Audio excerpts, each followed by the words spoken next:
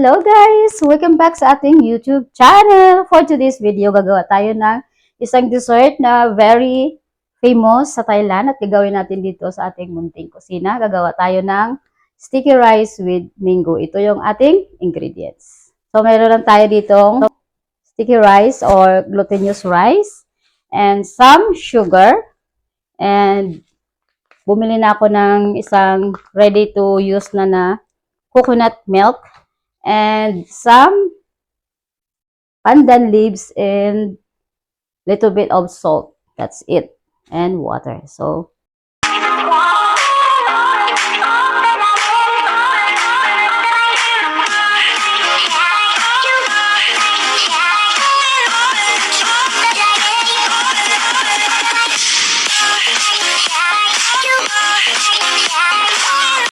first,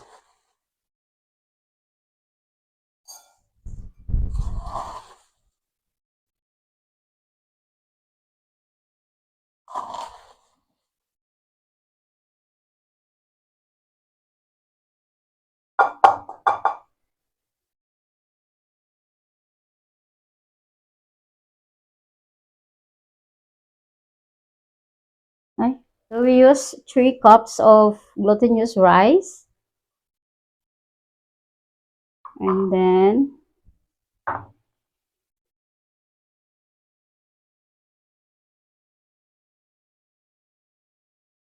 wash this until clear 3 times.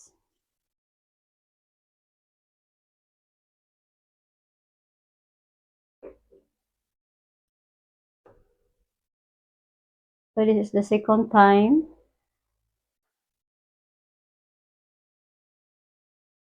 Still blurry the water to make it sure this is clear. So I think it's already fine.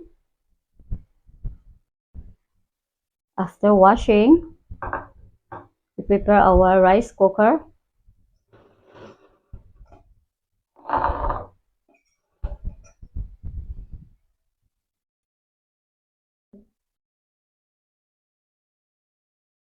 We prepare a clean cloth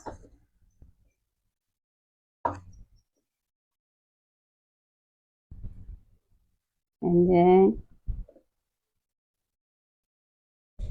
we put our water, our glutinous rice and water inside with a cloth. So this is the style of really how to cook this glutinous rice. Last time I cooked differently, and let's see how the difference, but I think this is the right way. 3 cups, so we need also 3 water.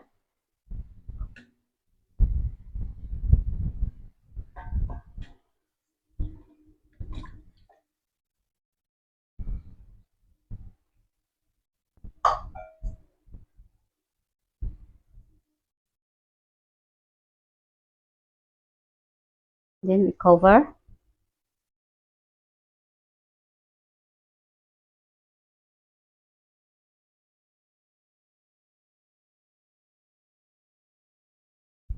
Sorry, the level of my cloth is still there. And then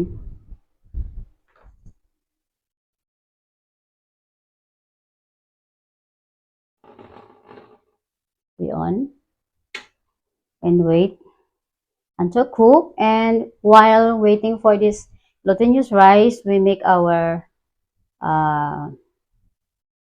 milk or coconut milk. So we put some milk.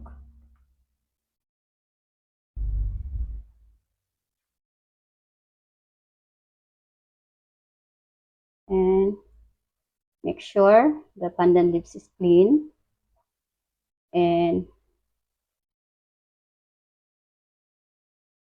we on the fire, medium fire, to make it boil.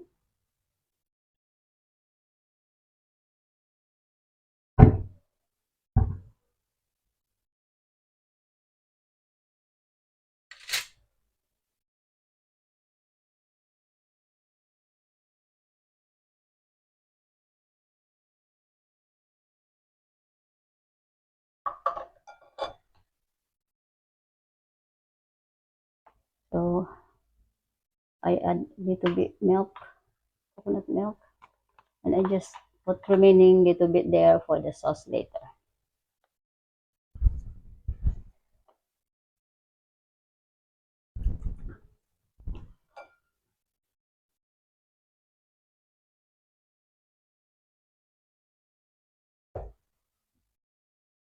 So we add white sugar.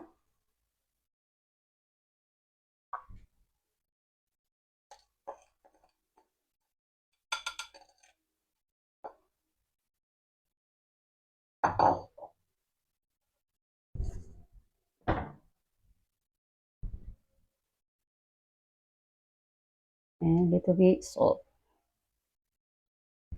Salt is to balance the flavor.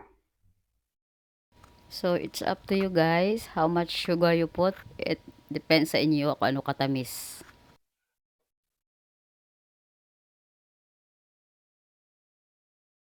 Smell good. So if you cannot find the pandan leaves, it's okay. I know this is not so common, but if have, I suggest to put pandan leaves so that our coconut milk or our sticky rice smell delicious. Smell the aroma of pandan is there. So that's the secret of really the sticky rice mango dessert.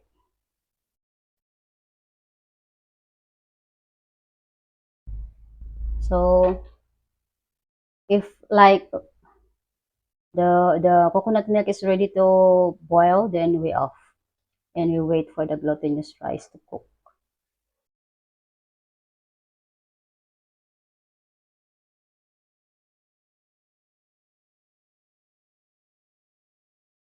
So our mixture is ready.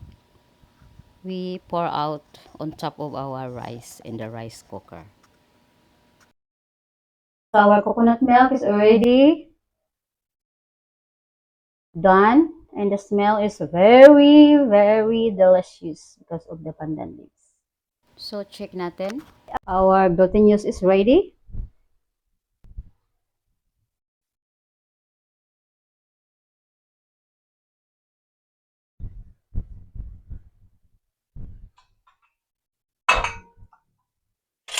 So ganyan siya. And then, ilalagay natin yung ating ginawa na milk, coconut milk. So first, tanggalin muna natin yung ito. Dapat wala yan. Yung pandan. And then,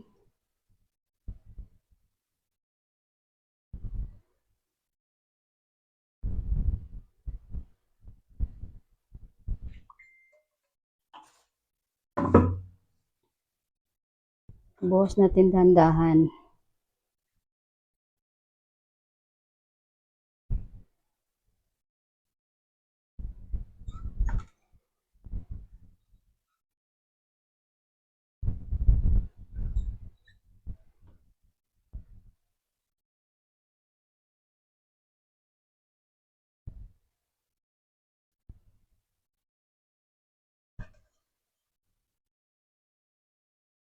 So,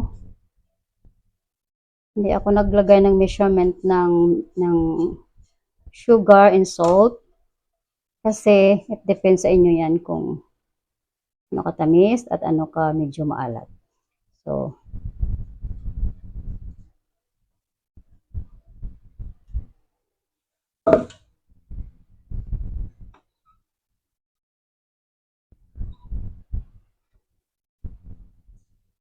make sure na yung milk natin, coconut milk natin ay na-toast talaga doon sa ating sugar, sa ating rice, sa ating glutinous rice. So, ito talaga yung proper na pagluto ng sticky rice.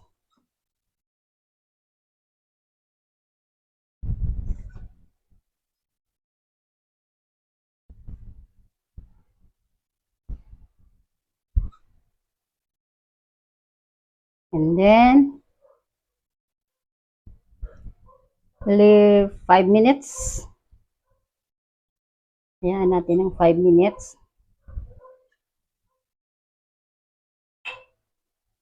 Pa natin ulit.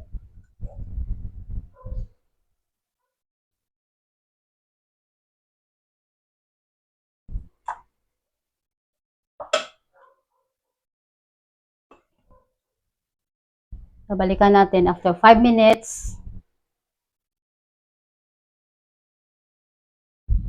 After 5 minutes.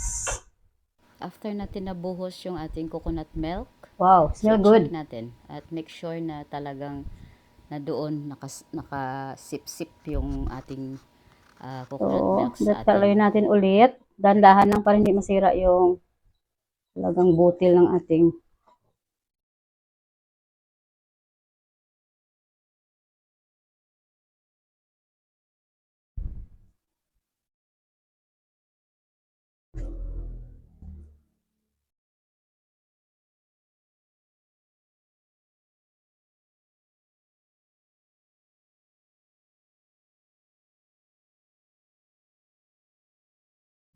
make sure na na-mix talaga para may lasa lahat yung ating rice.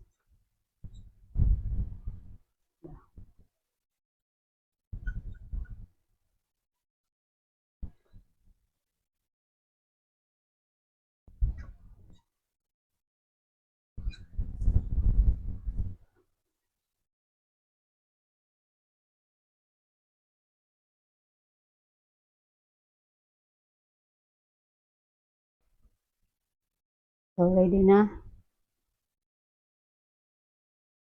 Hayaan muna natin 40 minutes bago natin ilagay sa ating lagayan.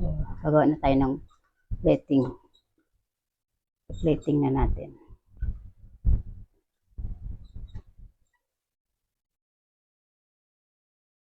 Natin ng ating tila ulit.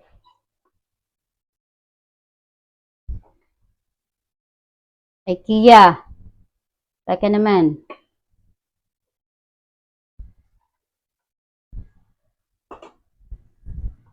$40 minutes. Gawa tayo ng ating coconut milk toppings. So, yan na yung ating coconut milk. Kunti lang siya.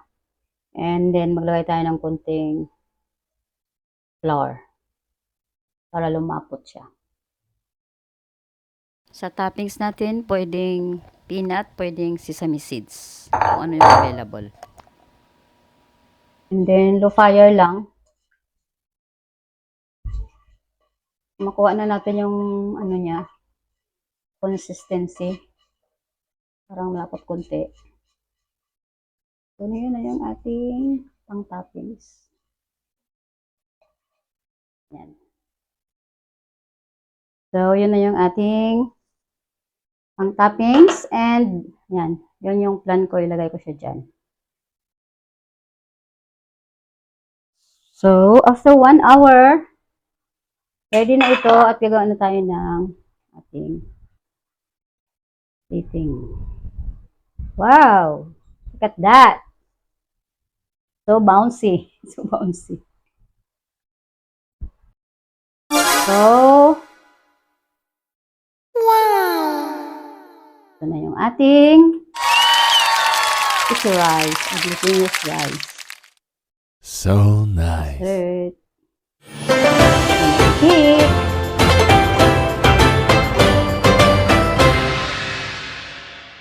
Please like, share, and subscribe.